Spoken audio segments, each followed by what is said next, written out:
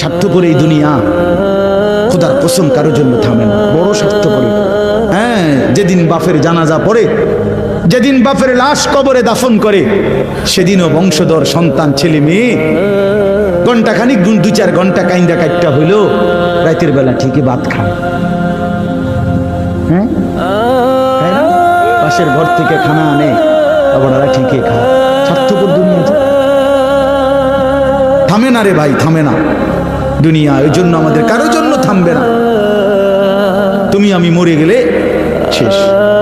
আবারও বলছি কথা, আমি মরে গেলে এরপরে পৃথিবী যত আধুনিকে হোক না কেন, আমার কি কথা বুঝছেন নি? আমি মরার পরে যদি সবার ঘর স্বর্ণের বাড়ি হয়ে যায় তো আমার লাভ হইল কি?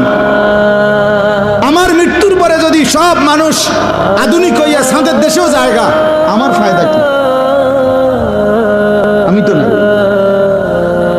আমি তো মরে গেলাম। যে কবরে চলে গেল সে কি আর ফিরে আসবে?